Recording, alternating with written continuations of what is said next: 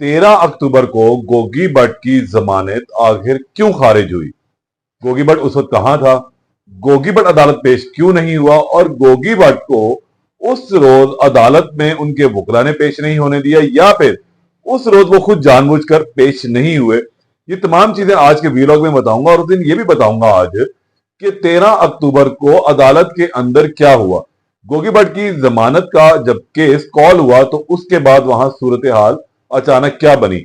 वही गोगी भट्ट जिसकी अदालत में पेशी के मौके पर दर्जनों उनके चाहने वाले कह लें या उनके दोस्त कह लें, उनके अहबाब कह लें, वो साथ हुआ करते थे, उस दिन अदालत में कौन मौजूद था?